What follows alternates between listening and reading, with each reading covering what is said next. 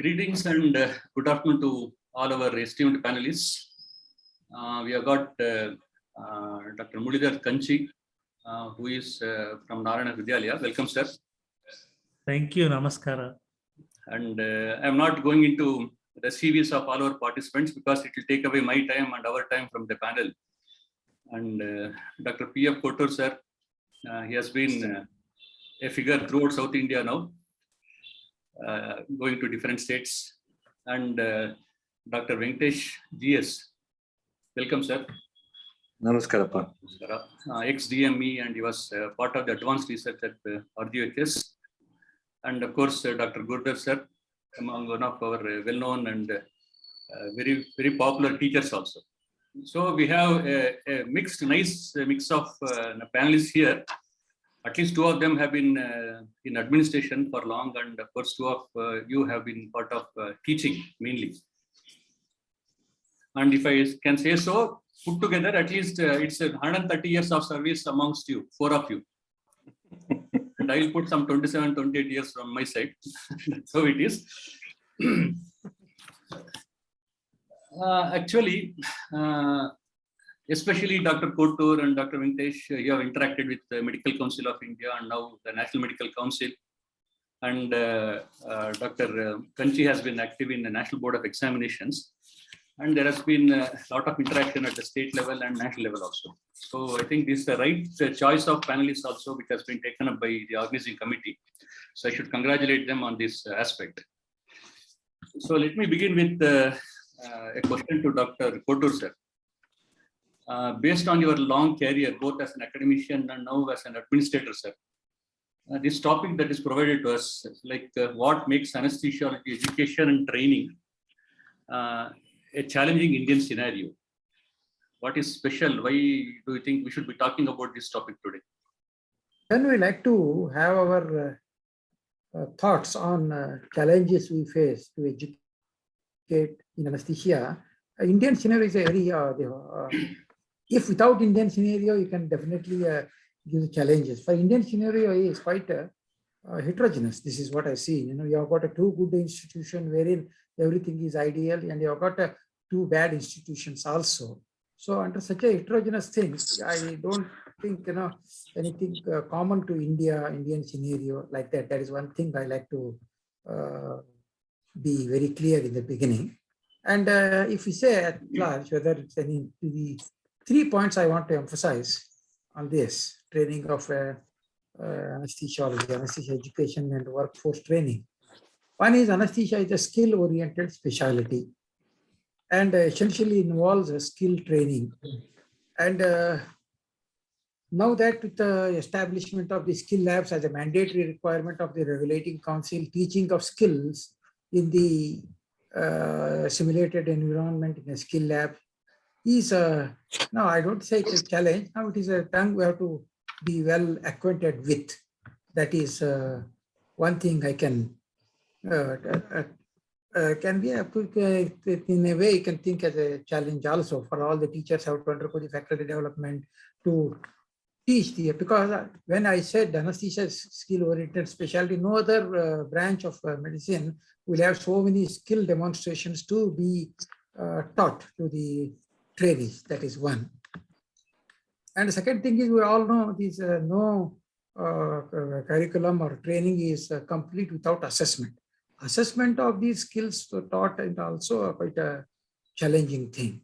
And of course, with the background of the competency-based postgraduate medical curriculum rolled out in the past couple of years, 2-3 years, so the challenge is quite a assessment of the training that the student is going. And last one is this limitations of the anesthetic evidence-based practice, especially to the anesthesia. These are some of the 3 things I can say about the training. I do understand, because as specialty we have grown, and you would have seen from the time you all had the PG training. And no, because all of us are Indians and we need some pressure and thrust from as a rule. Dr. Venkatesh sir, Those standards have been set. For example, by the Medical Council of India, now called as NMC, and National Board of Examinations. It's also redesignated as National Board of Examinations for Medical Sciences. There are guidelines on how to train the postgraduates in the specialty and including assessment. Do you think, are they comprehensive enough to satisfy our requirement? Our requirement is, for example, as Dr. Kottur told, it covers different domains and areas. Are they comprehensive enough to help us become a very good specialist in anesthesiology? Yeah, I think the guidelines are required. As we know, the postgraduate medical education regulations, which was brought about by National Medical Commission, has got a defined objective that irrespective of the specialty, when a postgraduate student passes out of a medical college, he should be catering to the healthcare needs of the community. He should practice very safely his discipline. He should be able to document everything that has been done during the course of his specialty work. He should also be able to enthusiast interest amongst the students to ensure that the academic standards are kept high. Research analytical mind has to be developed within him. So there are certain defined objectives in any postgraduate course. Now, when we come specifically to the subject of anesthesia, we know the primary objectives of postgraduate medical education regulations in relation to anesthesia is a postgraduate student who passes out should be capable of practicing independently. He should be able to practice safely. He should follow all ethical principles. He should have an analytical frame of mind. He should also ensure that there is continuous professional development associated with ever expanding knowledge in the field of anesthesiology. And most importantly, when he is being treated as a teacher, he should have good communication skills and he should be able to teach the students both at the undergraduate level and the postgraduate level. With these objectives in mind, the framework that has been done for the 3-year course of MD anesthesia has been guided into first-year responsibilities, second-year responsibilities, and third-year responsibilities. The anesthesia training is usually considered the 3 small abbreviations called as observership. Second one is doing skills under supervision. Third one is independent skills, what is called as independent practicing, IP, OS, and O. Now, a first-year student will have a graded responsibility of doing it under observation only. For example, it may be a nasogastric tube passing, or it may be putting up of an IV line, or practicing subarachnoid block under supervision. Whereas when we move to the second year, he will start practicing independently, but still it will be under observation. But when he goes to the third year, he will be able to practice independently even without supervision, unless, of course, the case is very bad where the presence of a senior consultant is required. So this sort of graded training has to be achieved in any medical college. And to achieve this graded training, we have various methodologies that have been involved, like theoretical knowledge imparting, or practical skill imparting, or communications skill imparting, and development of research methodology skills within the student. Now, all these things can be achieved in a very graded way. Theoretical skills through journal clubs, through case reports, or through case discussions and all. Then with regards to the practical skills, he needs to enter whatever he has studied through his logbooks and whatever internal assessment that is being conducted within the domains of the institution itself. And ultimately, the thesis that is going to be developed by him will enforce that he has got the research culture that is also developed within him. And during the course, we also ensure that he also develops some communication skills, both as a teacher as well as while attending to the patients. All these graded responsibilities can be thought of as a continuum, which is enforceable through postgraduate medical education regulations, which will give a broader framework for any institution to follow. This will not only help in having a very structured training program, it will also ensure that there is uniformity in training across the country. So I think a structured training program is a necessity, and it is a evolving process. What is structured today may change tomorrow, but a structure is definitely required.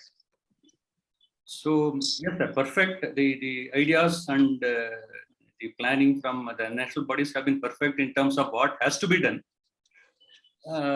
As you said, there are various levels of implementation and what has to be done and everything. But my concern is it everything on paper only? For example, for example, Dr. Kotur sir, the inspectors come. So we have got inspectors. Inspectors will be, of course, our own colleagues from different parts of the country.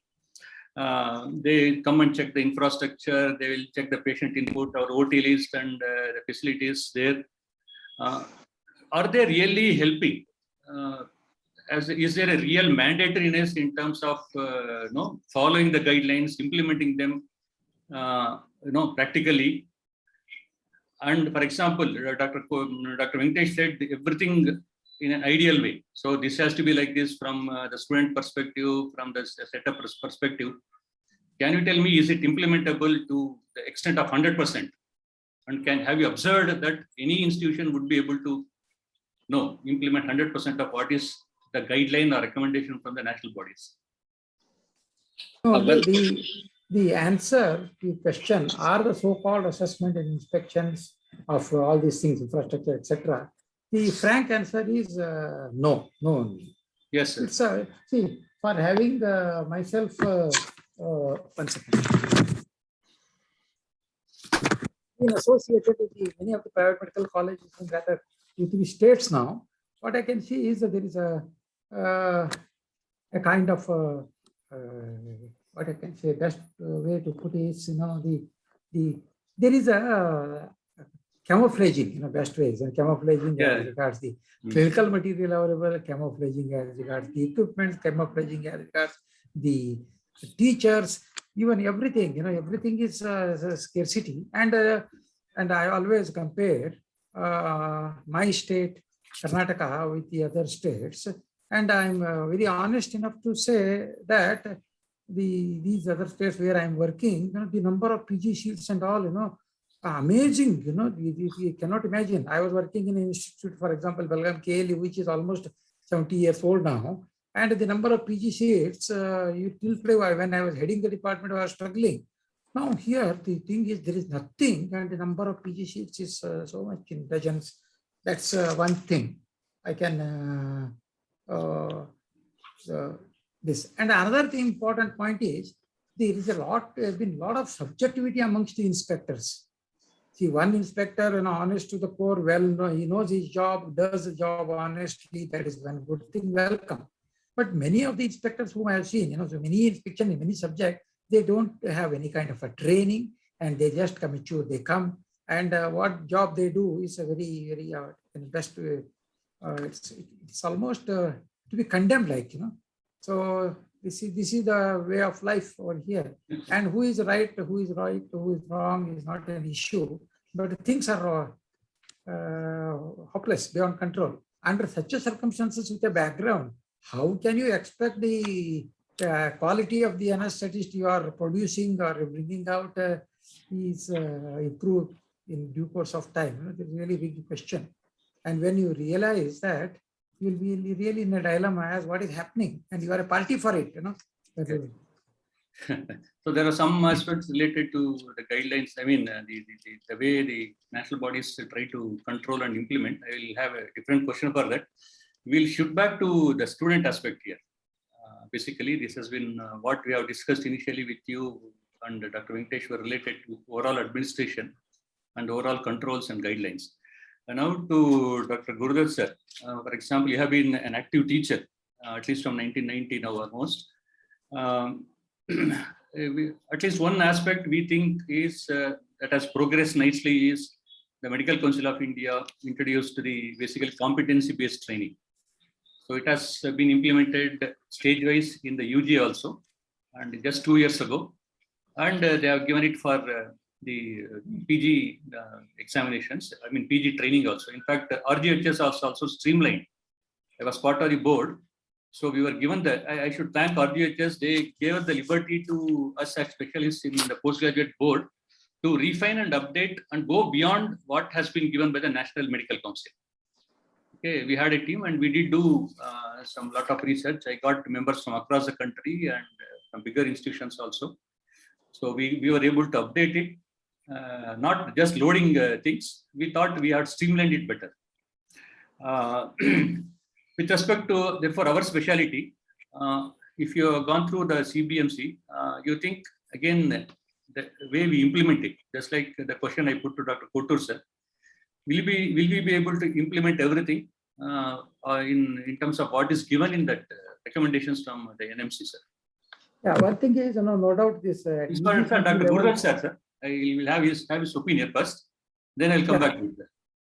Okay. Okay, Yeah. Dr. Bhaskar, till recently, what we had was, time-based education system, and so with this, there used to be a lot of problems for slower learners because learners are always there. The students can be of fast learners and slow learners.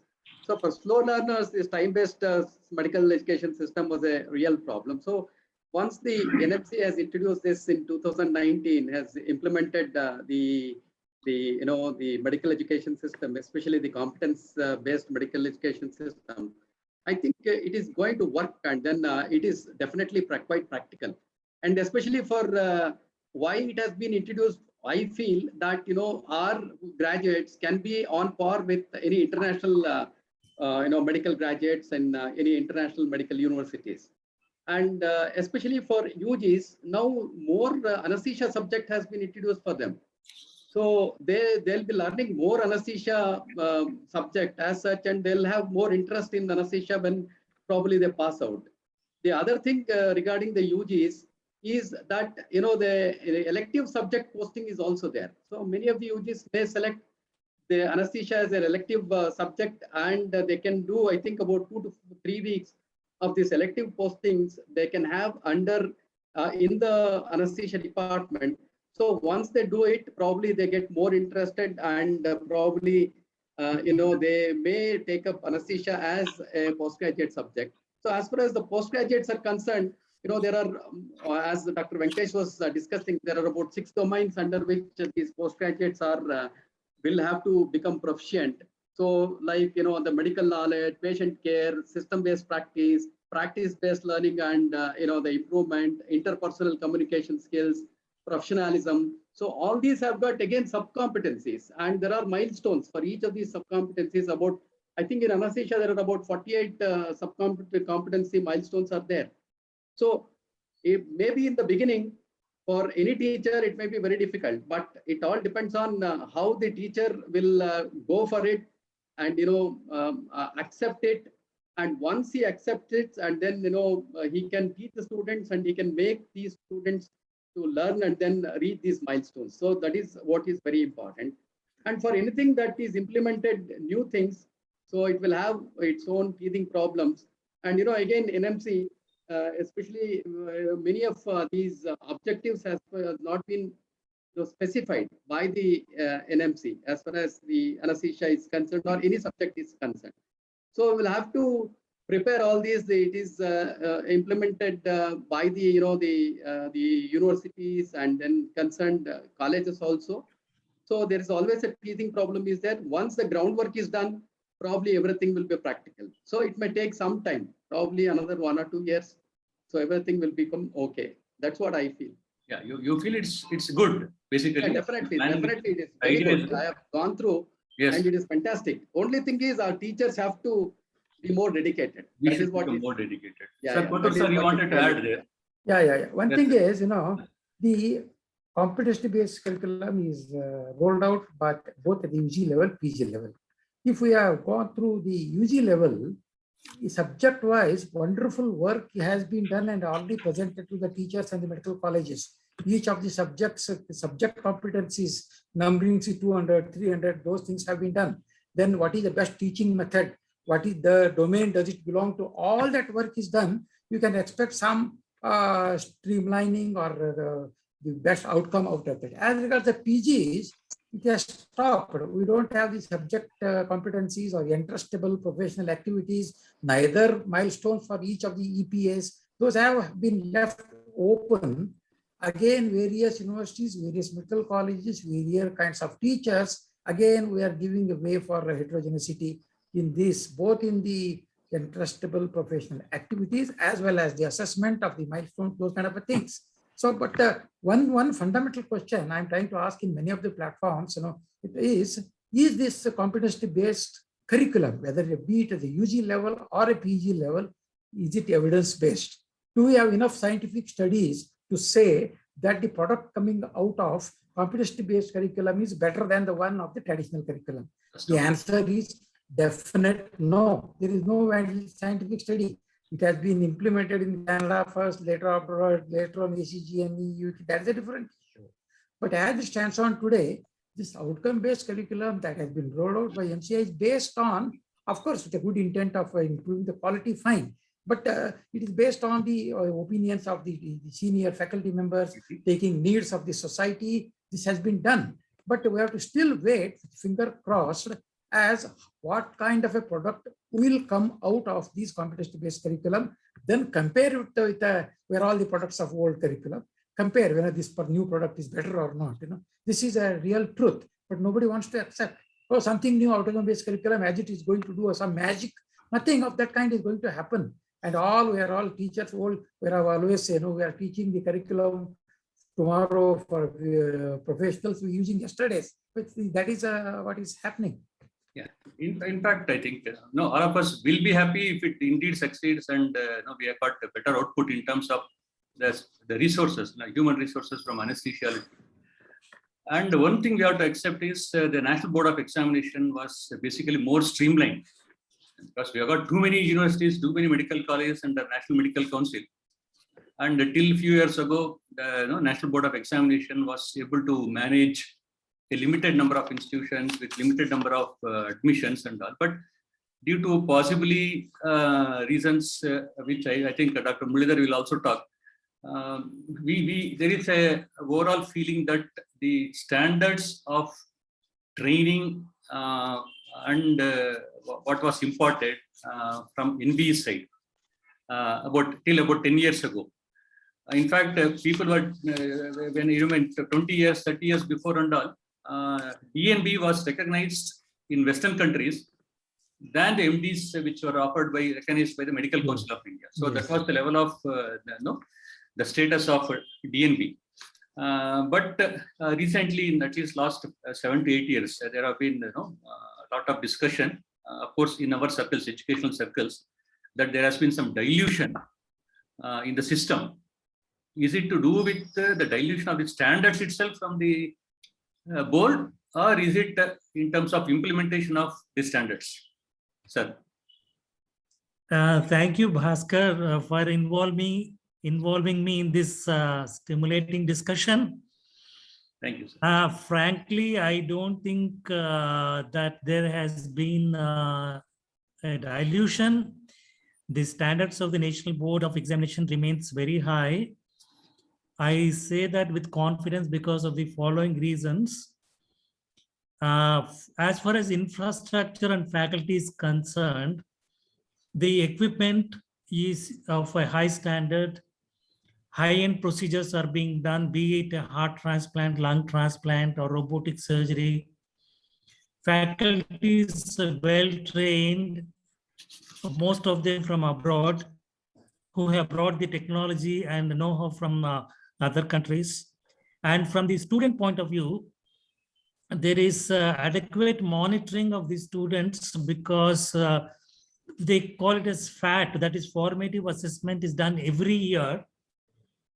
And there is a session on basic sciences relevant to the specialty being conducted, and invariably there is a session on research methodology.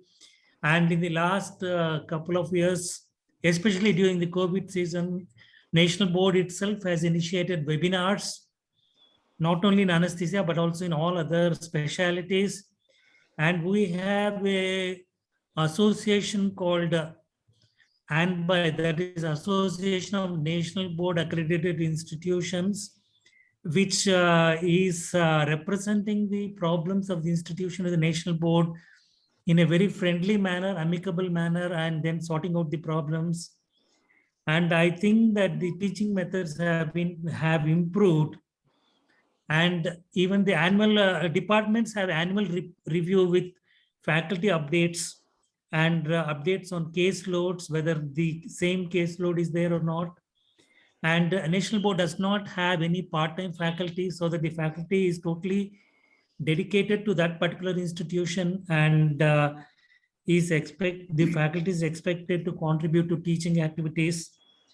And personally, this is my view, that there has been no dilution. We are maintaining standards and actually getting better from the previous standards. That is my impression. Bhaskar, can I say something? And Yes, sir. secondly, Please, sir. Come in, sir. one thing I'm certainly not to contradict what Professor Murali is telling. The broad goal of postgraduate training in anesthesia or any subject is to create a clinician, medical teacher, and a researcher. Okay. Now, I'm not talking about a very elite institutions like the big corporate hospitals where DNB training is going on. This DNB training is going on across the country in various hospitals, big, small, in all the places. That's one. And now, thing is, do they have a structured training program like MD/MS programs? Is number one. How many of the teachers have got the teachers teaching experience in that? They might be good patient clinical care specialists and all. That is another thing. I like to draw an attention. Probably some of you must have read. Indian Journal of Medical Ethics had published one article, Medical Work Council of India versus this National Board. Just by merely keeping the passing ratio to a single digit number, it doesn't elevate the standards. That was the comment made by that, not my comments. Passing ratio is 1%, 2%, it doesn't elevate. See, I have been the evaluator of the DNB dissertations. And if you see the dissertations, you really feel pity. Neither the student nor the guide who has signed have had any kind of a training in the writing a dissertation, which is not that bad here in the MD. However, worse a private college or whatever it is, material is there or not. These kind of things are there in the DNB. And just because that outside the country, it has got a recognition than this and all, that is a different issue. That is a different matrix altogether. And no doubt it is helping human for the deficit that is there in the anesthesia ratio or surgeon ratio, patient ratio, that kind of a thing, that's certainly doing. But except in some reputed institutions, the DNB training is questionable. The reason, sir, that's the reason I had to pick up that issue is, that's why I said definitely it's a very respectable board with a lot of achievements in terms of creating standards of education. For example, as sir was telling, even today I posted a thesis review of DNB. This was a review of the one which I had already sent it for with some observations. And I will not reveal it now, but the observations were significant observations. Okay, so again, all of us know we have been teachers and we have been guides and all. We don't want to reject the thesis because majority of the times it is a reflection on the performance of the guides themselves. Okay, so as Dr. I just want to interrupt Dr. Bhaskar. Yes, sir. I also received 4 DNB dissertations. All the 4 I had to return because of so many mistakes were there inside. So many mistakes I had to find out. I wrote back, and then afterwards, all 4 of them have come back after about a month. And then I have to accept, though everything was not for as per my satisfaction, so I had to accept. So that is one thing. And another thing, you all know that I used to conduct this DNB, coaching classes for these DNB students almost every 6 months. I used to do for 1 month in each 6 months. So I used to see the knowledge of these DNB students used to be very, very minimal. So in that 1 month only, they could gain so much of knowledge, and they could pass also. So definitely, as Dr. Muralidhar is talking about in his institution, it must be very good. The coaching, everything must be very good. But it is not same with other hospitals. where, the teaching is not up to the standards. Yeah. I can just add that it is not as bad as it is thought. And it is going to get better because there is a lot of scrutiny and monitoring, and these periodic reviews and formative assessments and the webinars, all these things are going to change the scenario. And there are committed faculty in the DNB institutions also who devote their time in teaching and guiding the candidates. So I would say that DNB is a good system. Yes. No, I totally agree, sir. As Dr. Kotur sir was telling, we have got extremely good institutions. They beat even the top institutions controlled by MCI under the, so that's happening, including many institutions in Bangalore.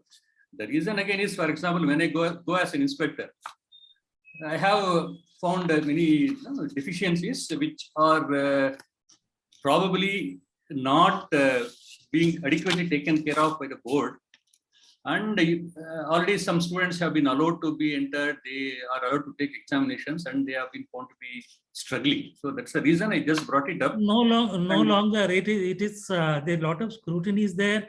Yes, sir. And the faculty, we have to produce 16 years and 26A forms to prove that we are actually full-time faculty.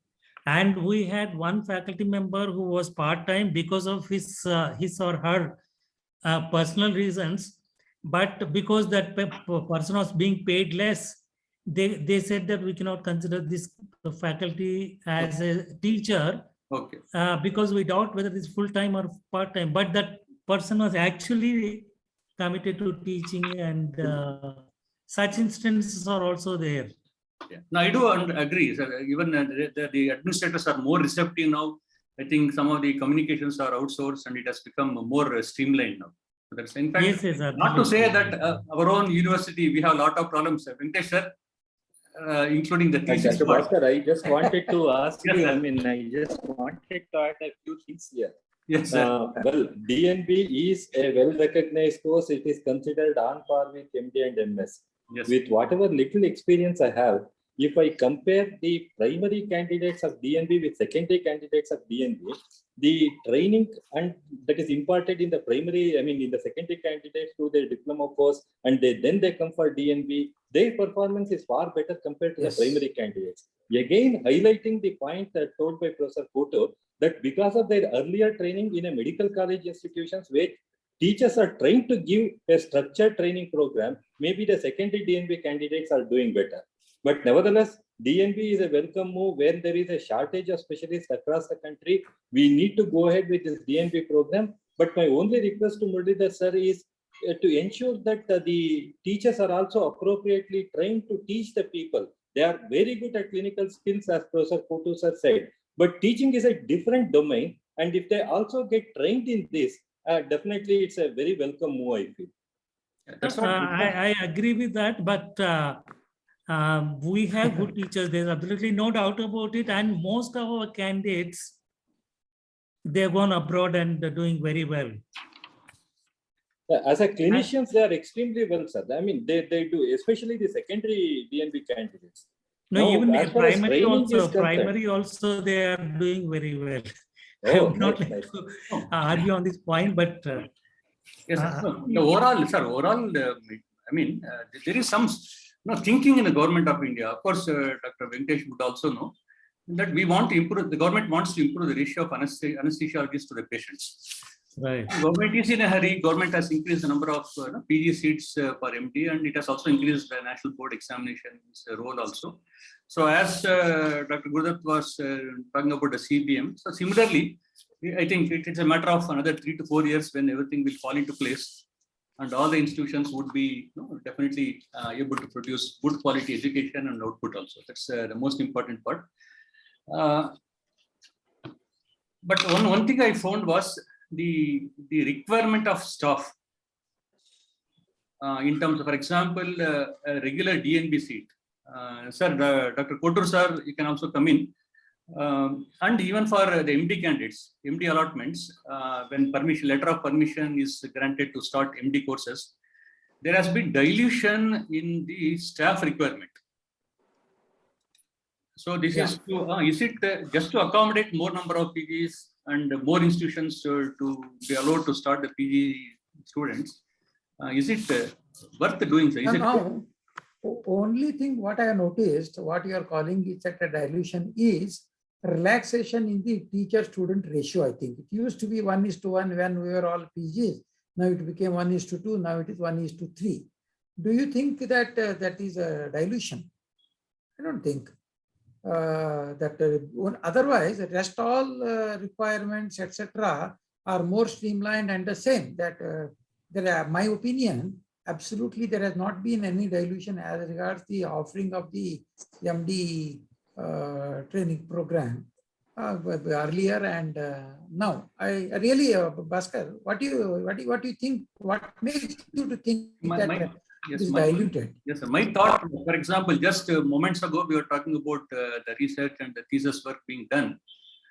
And of course, we have another discussion about what we should be doing as teachers also.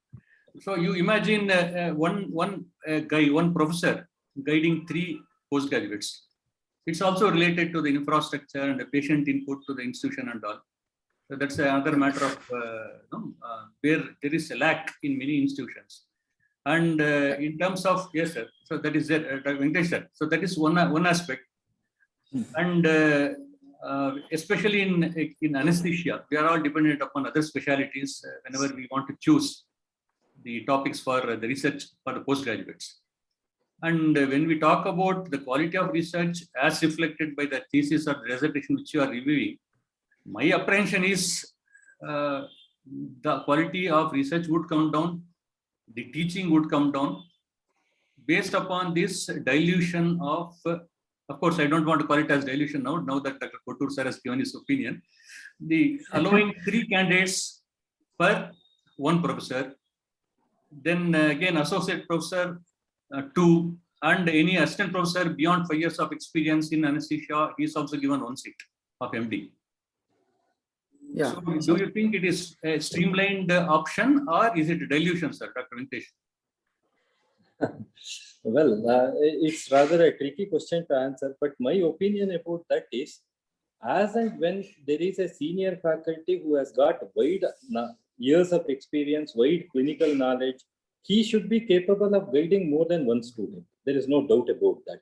But will he be able to give sufficient time for each student is a key point. Suppose if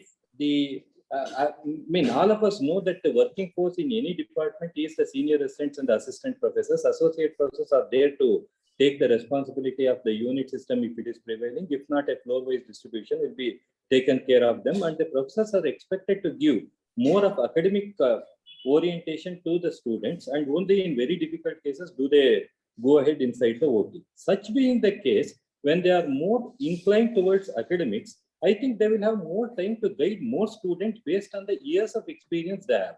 Earlier, it was the MCI was saying that in government institutions, for every recognized postgraduate guide who is a professor, 3 students can be trained. Now, all this is changing. I think the present concept, which is likely to be hosted in National Medical Commission very shortly, is that even the professor has to have a wide varieties of experience to guide 3 students. For example, if he has got only 1 year as a professor and he has not guided any student in his earlier stint as associate professor, he will be given only 1 student, though he is a professor. Suppose if there is a professor who has got already guided 2 students and he has got more than 10 years of experience, he can guide 3 students. Like that, in case if we give a graded number of postgraduates based on the years of experience as a professor in guiding the postgraduate students, this problem of a standard fixed number of 1:3, if that can be avoided, it is better. Yeah, and Professor Bhaskar, Yes, sir. in addition to what Dr. Venkatesh said, you are thinking of a teacher alone. Okay. Other facilitations which have strengthened the teacher's teaching process, like the explosion of ICT into the teaching. Everything is available at the click of the mouse in the smartphones for the teachers, for the students. No, I remember when we used to write a dissertation, I had gone to Bombay to get my references for my dissertation to some hospital. That kind of a thing is not there. Now, so many other facilitations have come toward the teaching for the teacher to strengthen his teaching, simulation, skill lab, mannequins. So they are with all that, which is wide experience. And when the necessity of producing more anesthetists is there, this enhancing the ratio of the students to the teachers is quite justified. And it is, in my opinion, a most, I can say, a welcome thing that has happened. Yeah, the only thing is, yes, we are all, we want to support our specialty. That's the one coming out of your statement now. Again, we should be hoping that the commitment from our colleagues and the quality time from our colleagues for the students improves. So again, the reason is that has been found lacking currently. So let's all hope that there will be improvement in the future also. And the DNB has come with the 2-year course. Again, Dr. Venkatesh will totally support because I will take him as a government man from the government of India. Very smaller hospitals. For example, again, we are very much satisfied from some huge corporate hospitals where we have got good number of faculty. The teaching program is going extremely good. Quality of the PGs is also good. Output is good. But when we talk about small hospitals, I have also been inspector. Now they say only one faculty is needed for a diploma candidate, the new system, in a small setup, the taluk hospitals and other things. So is it, again, you want somebody to just give a spinal anesthesia and learn intubation and give him a degree? And there is no requirement of a library also. Because when I go through the requirements, the regular DNB, all the requirements are on par with from the NMC. For the so-called diploma seat, 1 staff, 1 diploma seat, 2 staff, 2 diploma seats. And there is nothing about what they should be reading, what is the library facility should be available. So is it required to compromise so much for the sake of numbers and add the 2 years courses?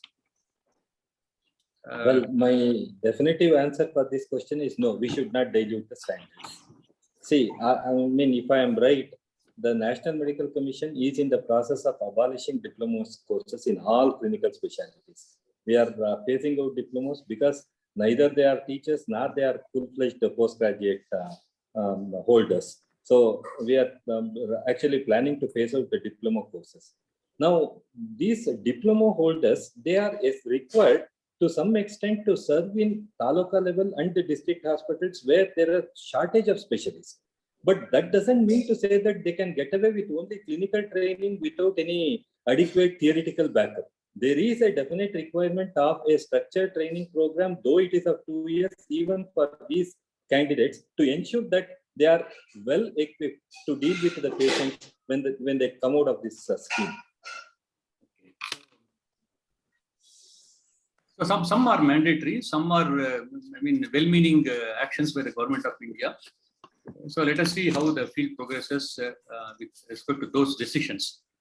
So, Bhaskar, a few years back, Yes, sir. so the government also had introduced about 3 months course for these Yes, medical medical officers. officers. LSAS. Yeah, so that also, they started practicing not only for cesarean sections, for even other patients also they started practicing. So that was also very difficult to understand how the government had it. It's not a thing to be supported, Gulzar. The reason why they introduced was because of the increase in the maternal mortality. Without access to the anesthesia, cesarean sections were not performed. They wanted to bring down the MMR and they wanted to reduce the IMR. For that reason, they introduced that scheme. But many courts came in support of the system, saying that, look, you cannot dilute the standards. They are not well equipped. They are neither diploma holders nor the postgraduate degree holders. They cannot be allowed to play with the life of a patient. And they stopped that training program. But the intention was to reduce an MMR and IMR. Fortunately, many of those medical officers have taken anesthesia as their specialty later. They have done their MD, they have done their DA, and then now they are happily practicing. Anyway, Gurudata, the course died its own death, natural death. It got Luckily, that's lucky. That's So this 2 And years our- is a lot better than that. We hope it stays and improves also. ISA had gone to the court, you know that, no, Yes, Bhaskar? yes, yes. So luckily it's down, and now we'll shift from the training aspect to the assessment aspect. I will want Dr. Gurdas sir and Dr. Kanchi sir also to be coming in. Gurdas has been part of both the MCI MD assessment as well as the National Board examinations. You think how is assessment? Gurdas sir, for example, our MCI assessment format, is it good enough now? Now, I want to talk about both the theory and the practical Yes, sir. assessment here. Yes, sir, sure. See, especially theory, the question paper itself, there is no uniformity among many of the universities. Still, my university, we have 20 marks questions, and then we have 10 marks questions. We do have 5 marks questions, whereas Rajiv Gandhi University has got only 10 marks 10 marks. questions. So there is a lot of variability as far as the number of marks allotted to each of the question. That is one of the problems. And also where I have seen many of these, again, especially in the DNB also, there's 10 mark questions in the beginning. But unfortunately, one of the problems there is that same 20 marks question, what has been asked in other universities is being asked for 10 marks. In other, in DNB and also RGH. So it may be very difficult for the student to write down so much when it is asked only for 10 marks. So they keep on writing and finally they don't have enough time, and they'll not be able to complete the question paper. So suppose if whoever sets the paper, suppose he splits the question into many of the sub questions and allot different marks to each. So every question, it should be like that, so that the student will have sufficient time enough to write down. So that is one thing regarding the 10 marks and then the variability. Of course, DNB, they have only 10 marks. There also this problem exists. As far as the practical exams are concerned, so NMC and the older, Medical Council of India had still has one long case and 2 short cases, and again, pedagogy is also there. So that is a very important thing as far as MD students are concerned. Their skills of teaching is tested there in pedagogy. So that really is very good, actually, which is there in Medical Council of India and National Medical Commission, which is not there in DNB. That is not there. But now DNB, what has introduced is the ASCII questions. So really, I appreciate that. That may be because of the COVID pandemic, they had to resort to this ASCII. But the ASCII is almost nearly 150 marks, and that really tests the competency of the students. So that is a welcome move by whatever that has come from the DNB. And second thing is they have also introduced the ward rounds. So that is also very good in assessing the students, which we do not have in our universities and National Medical Commission. But, So Dr. Muralidhar can also. I add. totally agree with Guru Dutt's statements that OSCE is a welcome move. I think it's really good, and also the ward rounds. And the thing I would like to say about the theory examination is that I think we should do away with the theory exams in the written, essay questions and all, because we are asked to correct about 400 answer scripts in about 7 days, sitting in Delhi, and it's really a Herculean task. And at the end of 3-4 days, you become psychotic, and your quality of judgment may also suffer. So I think instead of having the essay question, this is my opinion, but it's subject to the discussion.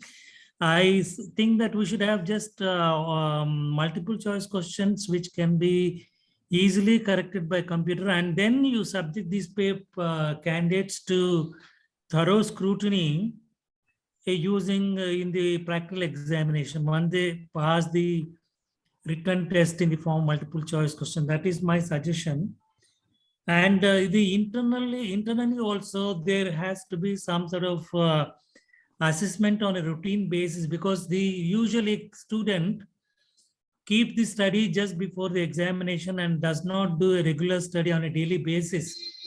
To avoid this, I recommend that we should have monthly tests or once in 2 months, some sort of assignments and tests to be done. And these can be considered as internal assessment marks towards the end, so that the student or the trainee is continuously in the reading mode, little bit, half an hour a day or something like that. He must contribute towards the reading rather than mugging up the book at the end of the session before the examination. So the theory papers can be MCQ based. That No, I would think, strongly suggest, because correcting the essay question is a nightmare. very difficult, very difficult. Very difficult. There are 400 papers. And And each MCQ is question- answering, they have to study more actually. The students have to be really thorough and they have to be really perfect. Yeah, you can better introduce assessment. negative marking in MCQ and see that by chance they have written wrong or something like that. And yes, sir. So Yeah. we have only about 14 minutes left. We have covered 46 minutes now. Bhaskar, Sir, sir. one or two thoughts on the assessment. If you Yes, sir. broadly look back, the reforms in the postgraduate assessment from the traditional curriculum to the competence-based curriculum, we are moving away from subjectivity towards objectivity. There was a time one single group of examiners used to assess theory, their clinicals, then also the resultation. Yes, sir. All global evaluation. Now, theory evaluators are different, practical evaluators are different, and even the thesis evaluators need not be very clearly and be spelled out. They cannot be a theory evaluators nor practical. So that kind of objectivity has come in. With the competency-based curriculum, the continuous formative assessment is a mandatory for any competency-based curriculum. Unfortunately, the postgraduate assessment, there has been no scope for internal assessment, no formative assessment, no weightage. And again, see, summative assessment of a traditional curriculum and with no formative assessment, and you roll out a competency-based curriculum, you want to assess the student, how he is performing, then only allowed to go to the next stage. It's all a little bit funny, not digestible. This is what is my personal opinion. We have to look into these things. No, that's a way, sir. We sometimes it appears that we are not doing justice to the students. That's one of the problems. That's and coming back to Muridhar, sir, now we have got around 12 minutes. Yes. We have the nurse assistant concept in the Western countries, nurse anesthetist also. It's a more streamlined, perfect system where even we can always say they are on par with us also in many aspects. And in Indian conditions, we have got anesthesia technician, OT technicians. Yes, they have been helpful, and many of the systems and hospitals have been benefited. And that adds to some comfort to us as anesthesia specialists. But there is also talk that, again, they may not be adequately trained. And when we talk about patient safety, we are the responsible people. How do you take their training and their presence in the OT, sir? There are two systems of training anesthesia technicians. One is the diploma, which is offered after 10th standard, and BSc after 12th standard. And the diploma, after they finish diploma, they can enter the BSc as lateral entry candidates. Personally, I feel that these two categories are useful in the operating rooms, but they cannot be given the responsibility of loading drugs, administration of drugs, and patient management. They should be entrusted only to do assist the operating team, both surgeon side and anesthesia side, in the technical aspects, how to position the patient, position to patient for spinal or epidural or nerve blocks, or a central venous catheterization, cleaning of the equipment, and other paraphernalia which is necessary to keep the operation theater going. They should be interested with such thing. And if BSc, after BSc, the chap can remain as a technician, or he can go for a master's in hospital administration or MPH, or even can go abroad. Actually, the BSc people are being referred to, there's an opportunity for them to go abroad. These are all the opportunities they have And I would think that they should continue to exist because they, in high-end surgery, there is no way we can tackle all the technical issues which are associated with patient care in the operating room. And I'm not personally favoring them to administer or manage the patient. They should not be made responsible for that. But otherwise, they are around and they help the anesthesiologists in the routine management. So the onus of utilizing their services would be on the attending anesthesiologist, Yeah. legally and morally also. Yeah, they are not responsible for patient care. I would not, I mean, They should not. they provide the support which is necessary, but they are not responsible. Yes, sir. Thank you, sir. Now, let me shift to the student side. I raised a topic few minutes before. We are talked about training and assessment. Now, students, is there a system or should there be a system where they assess officially the teachers, and whether we have created some system of addressing their real concerns and grouses? Because at the college level, the maximum thing they can do is they can get in touch with the boss, head of the department, or the immediate guide or the professor. But the final thing would be at the level of the university, and university is usually a huge ocean. So the responses won't be timely, and it may not be as per the requirements. So is there a requirement? For example, I will have each one of you also to please give your opinion with respect to the teacher, a particular teacher, teacher number 1, 2, 3, whether he is teaching properly or not, whether the guidance has been properly or not, and the teaching proper pattern, everything, whether everything is perfectly done or not, or at least to the satisfaction of the students, from the students' perspective. Yes, sir. Yeah. So, this definitely has to be addressed too. And what we can do is, officially, we can have a box in every department, especially in our department, for example. So, student can type. He need not have to write down, and he need not have to write his name also. He can just type whatever he feels about a particular teacher, or whatever his academic problems he is having inside the department, or even his personal problems, whatever he has, and then can just drop into the box. And every day we can, as an head of the department, one can open, and definitely he can, manage whatever the deficiencies are there in any of the teachers or in the department as such. So definitely this will be required for the students, and it is going to help the students as such in general. Yes, sir. Yeah, Professor Bhaskar, shall I Yes, say sir. one? Yes, sir. Yes, sir. Please. Sir. One simple solution, which we have a first-hand, I have a first-hand experience. Introduction of an electronic portfolio in the postgraduate training will address all these issues. It will keep the teacher on the toe, it will keep the student on the toe, reflecting on each other. Teacher will reflect on the student day-to-day activity, and student will reflect on the teacher, and it is a mirror for both of them.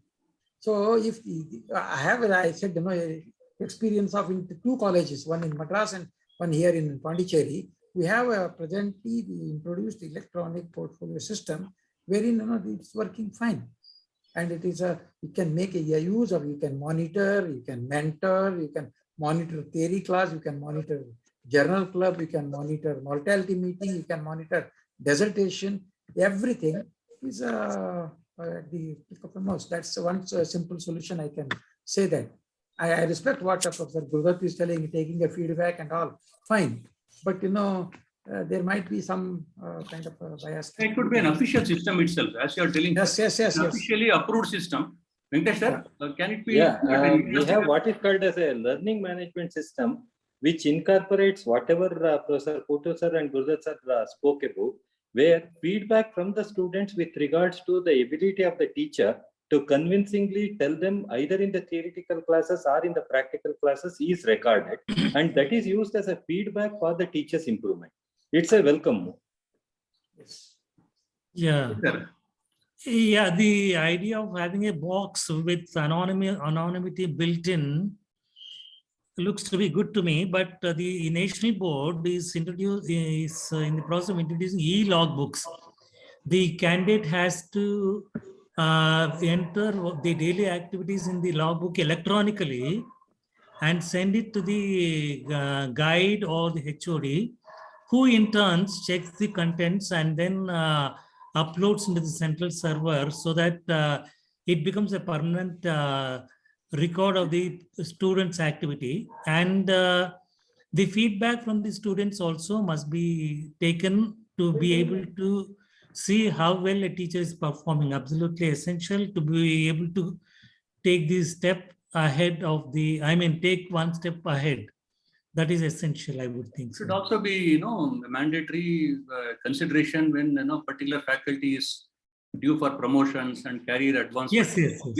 Some mandatoriness only puts some fear factor in the minds of Yes, our I colleagues. agree. Yes, I agree. That's more important. And can we have mentorship at least at our level? Because now that so many PGs are there, in fact, I have found that too many people will spoil the broth also. System gets disrupted. And is it possible that there can be some sort of mentor-mentee relationships between the teacher and the students? It cannot be 1:1. 1:1. Too many PGs are there. It could be 1:2 or like that. Bhaskar, shall I share first-hand information about this in continuation of what I said about electron portfolio? Yes. We have incorporated mentorship also at the PG level. Okay. Mentor need not be the PG guide. PG guide is different. Mentor is of a level of a assistant professor or sometimes SR, who is of the age of the PG student, a couple of years here there, to whom the PG student confesses. So these people work as a mentors and they reflect on the portfolio platform. So that is working out. Nice. The ISA had some program of mentorship. What happened to that? No, there has been some, discontinuation due to various reasons. But of course, I do have an idea. Like they should be totally software based and app based. The initiative should come from the level of the university ideally.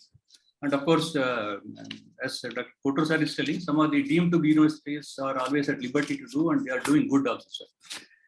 We have got another 3 minutes left. Just like the TV anchors, now I will ask about 30-second statement from each one of you, sir. For example, Dr. Gurdar sir, are you happy as a teacher? Like, yes, I have learned enough and I am doing justice to the knowledge that I have acquired and I am passing on to my students and taking them. No, it's hand holding from the day of admission to the day he passes out. Yeah, that I can definitely tell you that I'm very happy as a teacher. And, I always feel that the teaching is the best way of learning. So since I'll be teaching almost 2 to 3 hours every day for my students, I have to learn. It's not just, you cannot just teach.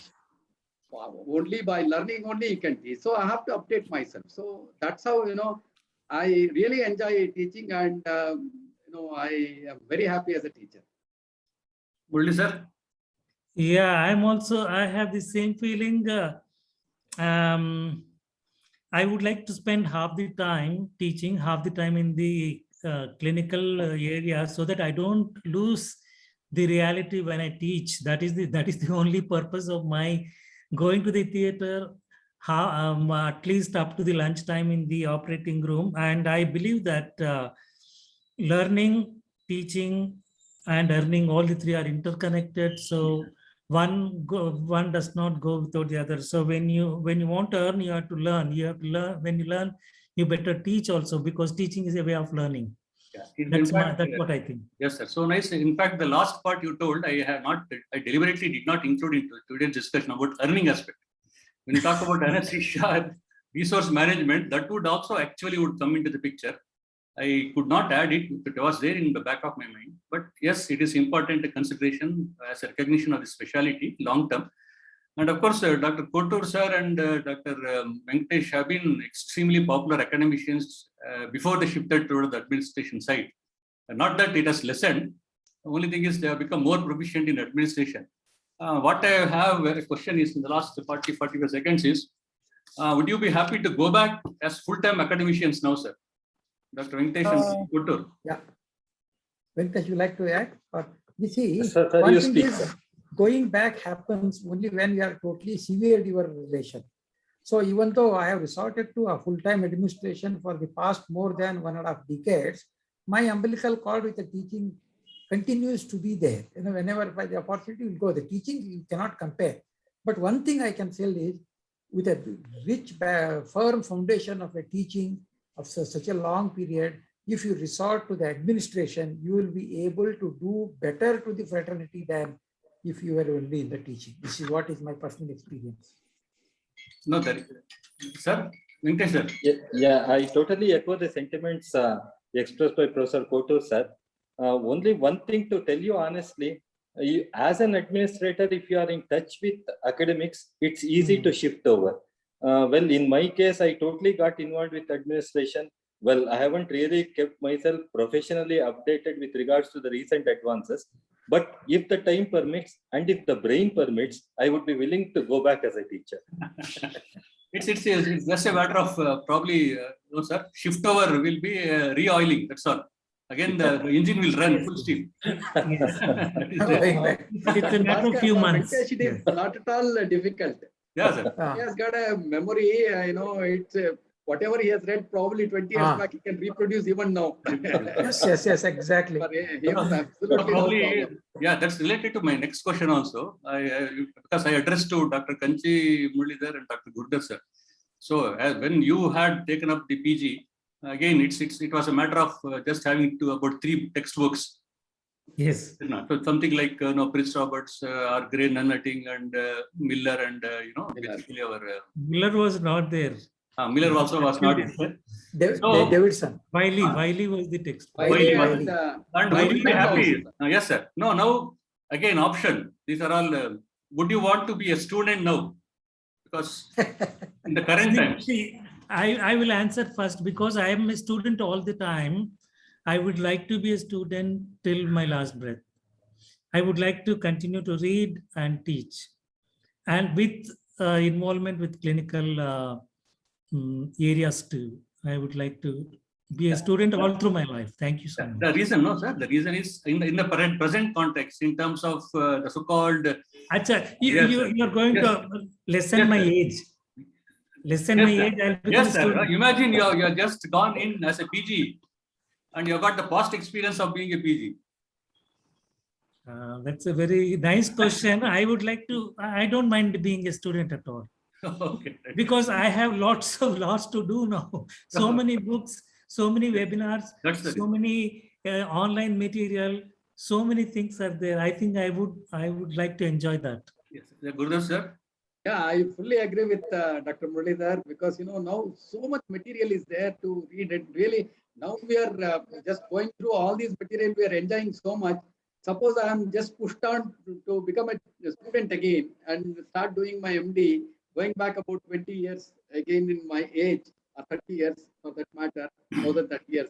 So definitely I'll enjoy as a student. I think So much opportunity is there for learning now when compared to what we did during our post-graduation days. No, so that's actually an encouraging statement from both of you for the current students. So And that's especially the technology, the ultrasound which has come and the pain procedures yes. using CRM guidance and so many other things are we which has been didn't introduced. have that time. Really, didn't we have really that. enjoy.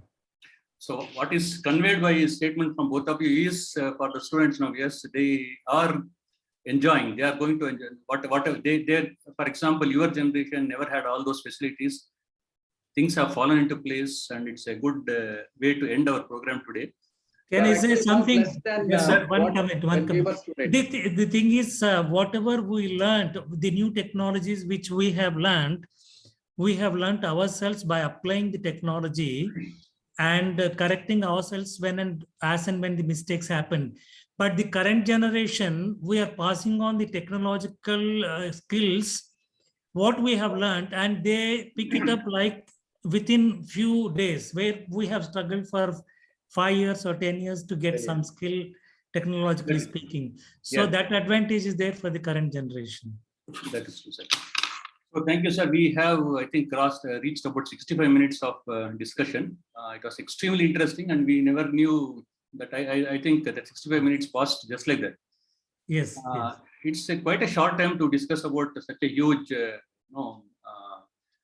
topic.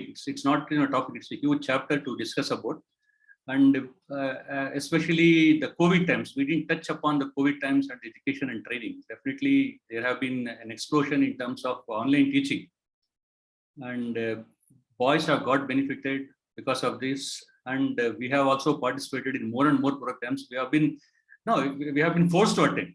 If it is a physical program, we would have happily missed. Now that it's online, we are forced to attend, and the contribution from the academicians has been transferred to the PGs very nicely.